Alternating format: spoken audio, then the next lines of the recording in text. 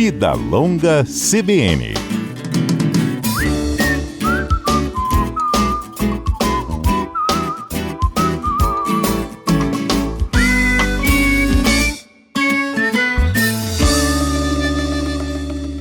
Doutora Sara, bom dia. Bom dia. Então, a gente tem ouvido nesses últimos dias a imprensa de uma forma geral, com a gente aqui não foi diferente, a respeito do surto registrado no Hospital Santa Rita, ali em Maruípe, Vitória, causado por um fungo, o histoplasma, e veio aquela questão, né? Esse fungo, a própria César falou que ele é encontrado muito em fezes de aves e de morcegos, mas aí veio a dúvida que outros fungos estão ao nosso redor e a gente não percebe. Fungo é muito perigoso? Existem alguns mais perigosos, outros menos? Aí as dúvidas começaram a surgir. Falei assim, vamos conversar com a doutora Sara, que ela é a pessoa para tirar as nossas dúvidas. Vamos lá, doutora Sara. Fungos, eles são, em maioria, perigosos ou não? Então, Patrícia, a maior parte dos fungos, eles não faz mal à saúde. Na verdade, convivemos com milhões de esporos diariamente sem adoecer. Porém, existe um grupo menor de espécies que pode causar infecções, que são as chamadas micoses. Essas infecções podem ir desde lesões superficiais, né, na pele, até doenças pulmonares ou doenças mais graves, né,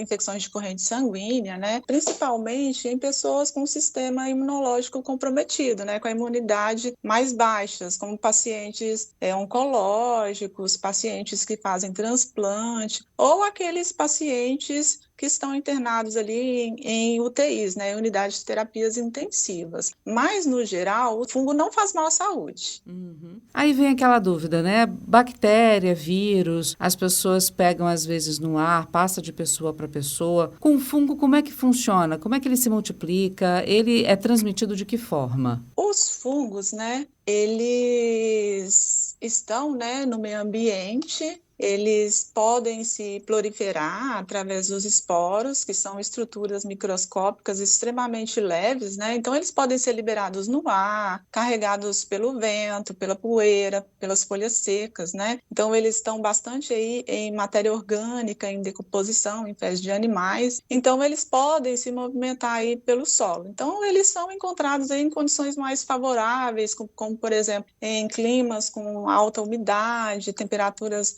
mais elevadas, por exemplo, em fontes ricas em nutrientes, como, por exemplo, às vezes a gente deixa alguma fruta, né, que rica em água, né, rica em açúcares, então esses micro-organismos eles se proliferam e germinam com maior facilidade. Então, eles se espalham aí pela natureza e também pelo ambiente, né? Principalmente nas nossas casas, em hospitais. Então, nós estamos em contato direto com esses micro-organismos o tempo todo, até mesmo na nossa pele, fazendo parte como na nossa microbiota, às vezes na nossa boca, fazendo parte também da microbiota, no nosso intestino. Então, nós somos colonizados também por fungos. E nem sempre esses micro-organismos nos fazem mal, pelo contrário, às vezes eles são até benéficos, até no ponto de impedir que bactérias, às vezes, que estão na nossa pele, também possam invadir e causar doenças. Nós estamos, né, em contato com esse micro-organismo o tempo todo. O problema é quando, na maior parte das vezes, é quando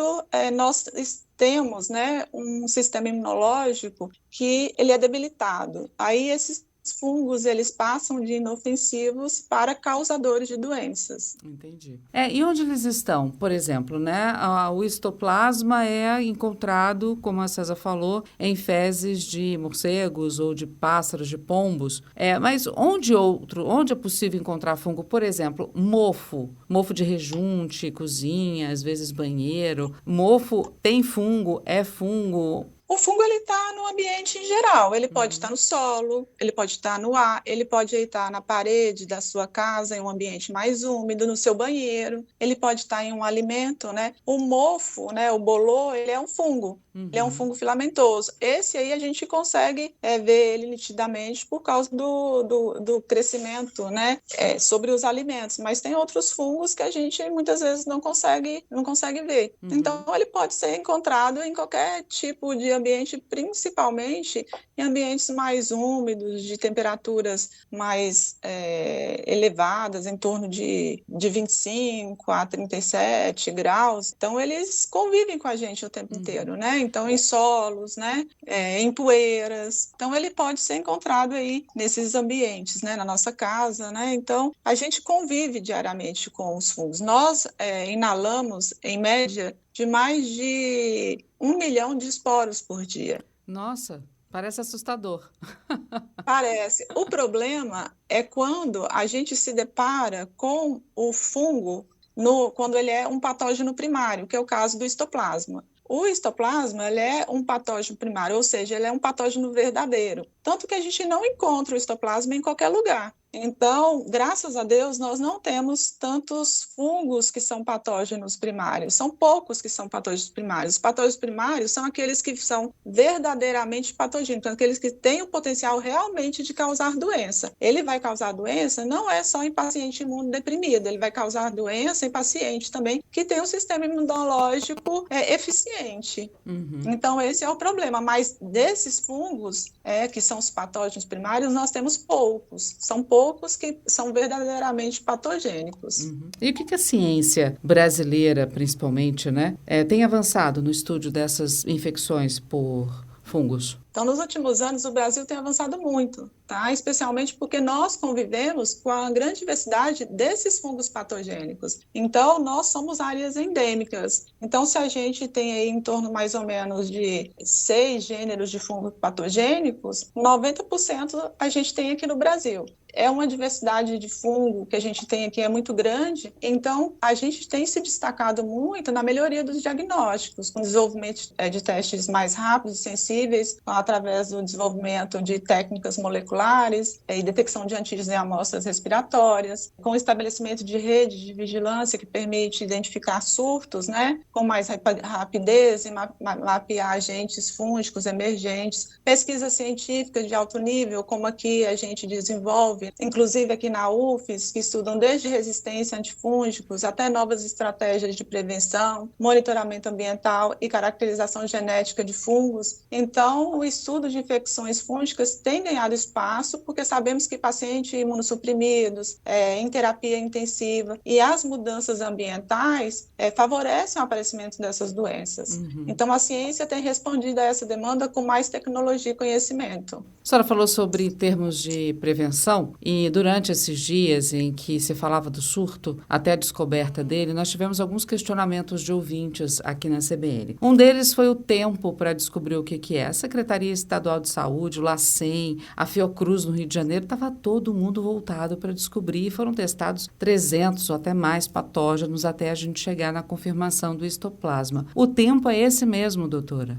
Então, foi mais ou menos uma semana. O problema é que quando a gente depara com surto, né, a gente tem que imaginar um cenário com vários patógenos, né, principalmente quando a gente está falando de infecção pulmonar.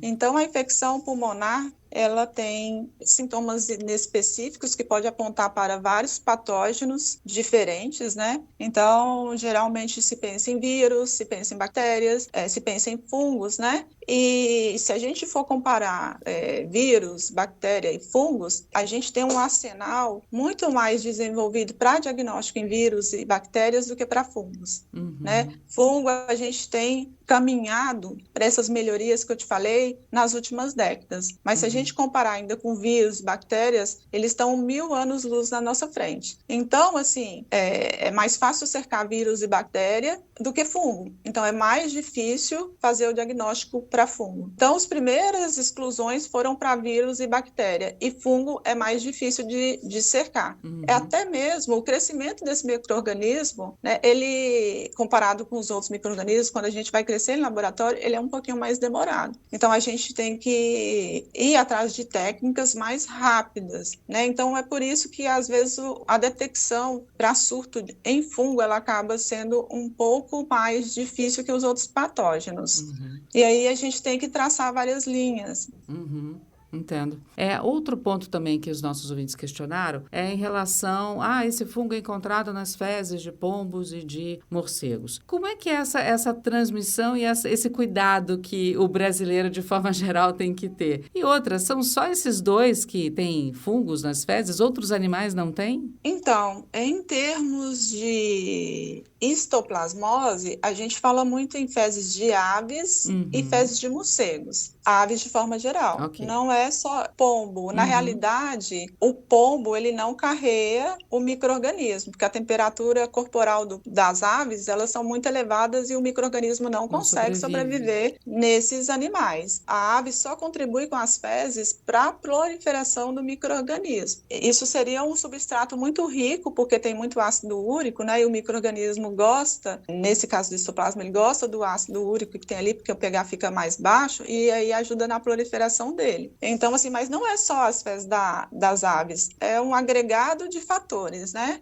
Seria o caso de poeira, ambiente fechado, um ambiente com obras, reformas, tudo isso contribui conjuntamente, né, para a proliferação do micro-organismo, mais a umidade, a temperatura do ambiente. Então, são vários fatores aí que contribuem para esse micro-organismo proliferar. A gente tem que ter um cuidado, sim, com fezes, né, de aves, no geral, né, para a transmissão de qualquer outros micro-organismo. Então, sempre é bom quando a gente vai fazer limpeza, né? E também por conta de alguma hipersensibilidade, né? Talvez tenha mofo ali naquele local, né? A pessoa tem alguma alergia, pode desenvolver um processo alérgico, uma rinite. É sempre bom estar utilizando uma máscara, né? Na hora de fazer essas limpezas. Boa. E outros animais das fezes também podem ter fungos e a gente desconhece? Não, a gente não tem tido problema em relação à transmissão. 95% dos fungos conhecidos, eles não causam doença em humanos, tá? Então, isso é importante ser dito. Viver em um mundo cheio de fungos é natural e é inevitável. Sim. A gente tem que ter essa ciência. Não é todas as fezes de animais que a gente vai encontrar ali, né, um fungo que vai causar doença. A gente está aí inserido no mundo, né, onde a gente acorda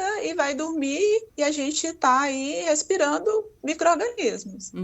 Não é assim, né, doutora? Não é para causar preocupação geral com todos os animais, não. São situações específicas. Não, no caso das fezes mesmo, o que mais favorece, né, é essa presença do ácido úrico, né, para o crescimento do micro-organismo, porque ele gosta de um pH mais ácido. Então, isso que favorece o crescimento, por exemplo, no caso do histoplasma, no crescimento em fezes de aves e em fezes de morcego. Então, é uma coisa mais específica, é uma exigência desse fungo. A senhora falou sobre a questão de temperatura agora há pouco. O fungo gosta de um lugar mais úmido e quente? Sim. Por exemplo, banheiro. Se você perceber, quando a gente começa a tomar banho mais quente, né, e o banheiro fica mais úmido, você pode perceber que muitas vezes, dependendo da pintura do seu banheiro, começa a ter uns pontinhos pretos no banheiro, no teto.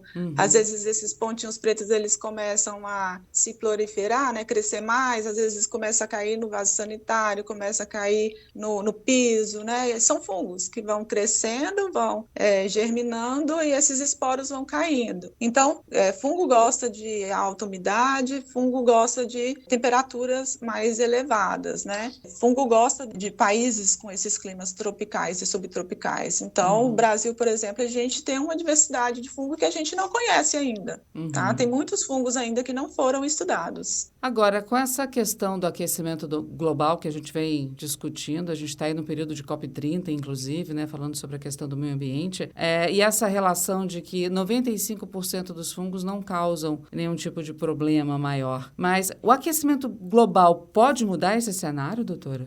Isso é um fator importante, foi bom até você questionar isso, né? Porque com o aquecimento global, o que a gente já tem visto isso, né, na micologia médica, é que alguns fungos já têm se adaptado, a nossa temperatura corporal. Então, fungos que antes não causavam doença, estavam adaptados a outros tipos de meio, eles agora estão emergindo, né? A gente tem encontrado esses fungos como causadores de doença em seres humanos, eles estão sendo agentes oportunistas, né? Eles estão conseguindo adaptar, crescer em temperaturas corporais, como a nossa temperatura de 36, 37 graus. E uma vez que esses micro-organismos eles saem do meio ambiente e conseguem crescer a nossa temperatura e causar doença, eles já estão emergindo, né, com resistência aos antifúngicos que a gente tem. Porque esse micro-organismo ele estava no meio ambiente, ele já foi exposto, né, a antifúngicos no meio ambiente, lembrando que a gente utiliza uma taxa alta, né, de fungicida agrícola no meio ambiente, que são compostos muito parecidos com o que a gente usa na clínica em seres humanos, e a gente também tem, né, um despejo de esgoto e descarte de antimicrobianos inadequado. Então, muita coisa vai para o meio ambiente. E esses micro-organismos, como estão expostos já aos antifúngicos no meio ambiente, quando eles saem do meio ambiente para causar infecção em seres humanos, eles já estão vindo com resistência. E isso é uma problemática muito grande, porque quando eles vêm e vêm causar doenças nos seres humanos, eles já vêm e a gente não tem um tratamento adequado para o paciente, porque esses micro-organismos eles já estão resistentes aos tratamentos que a gente tem. E agora deve ter um monte de gente preocupado com o futuro, doutora.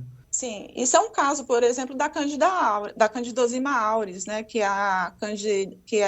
foi renomeada agora, mas a gente conhece aí como Candida auris, né? A Candida auris, ela foi descrita pela primeira vez em 2009, mas aí foi surgindo vários surtos e o primeiro surto aqui no Brasil foi justamente na pandemia. E hoje a gente tem vários surtos de Candida auris, e Candida auris é uma levedura, né, que ela é multiresistente, né? Então ela saiu aí do meio ambiente, ela se adaptou à temperatura corporal do ser humano, é um micro-organismo oportunista, e esse micro-organismo ele é resistente a vários antifúngicos. Então a gente tem uma problemática muito grande hoje para tratar. Isso vem acontecendo com outros micro-organismos também. Esse fungo é um daqueles mais graves, está naquele grupo dos 5%? Ele não é um patógeno verdadeiro, ele é um patógeno oportunista. Ele precisa de que o paciente tenha um sistema imunológico debilitado ou esteja numa unidade de terapia intensiva para ele causar doença. E o que ele causa? Ele pode causar uma infecção de corrente sanguínea, infecções mais graves. O paciente está internado, está na UTI, ele pode causar uma infecção de corrente sanguínea. O problema dele é que quando ele se estabelece no ambiente hospitalar, para remover esse micro-organismo é muito difícil. Então ele acaba causando surtos. Que é mais ou menos o que a gente viveu com o histoplasma no Santa Rita, né? Sim, mas de Candida auris a gente ainda não tem surto no estado do Espírito Santo, mas de Candida auris a gente já tem surtos aí em Pernambuco, na Bahia, em São Paulo, em Minas Gerais, em vários estados do país. E é uma questão de tempo de se espalhar por outros locais, doutora? Ou dá para fazer alguma coisa para evitar esse e outros que possam ser oportunistas também? Ele se dissemina muito fácil, porque ele é transmitido pessoa a pessoa e é transmitido por mãos de profissionais de saúde também. As medidas estão mais em relação à lavagem de mãos, cuidado mesmo no ambiente hospitalar, né, com limpeza. Então, são essas medidas, né? É a gente cuidar mesmo do ambiente hospitalar. Bom, para a gente encerrar, não é para ninguém entrar em pânico, né, doutora? Não precisamos entrar em pânico. Se alguém tiver algum tipo de dúvida, quiser conhecer um pouco mais do trabalho que vocês fazem ali na UFES a respeito de fungos, pode procurar o quê, aonde, quem? Eu tenho uma página no Instagram, né, que é o LabCIM, CIMM, que é Centro de Investigações em Micologia Médica. Pode enviar mensagem pelo Instagram, a gente responde. Tá certo. Doutora, muito obrigada, viu, por guardar um tempinho e conversar com a gente aqui na CBN Vitória. Eu que agradeço pelo interesse. Até uma próxima oportunidade. Até mais.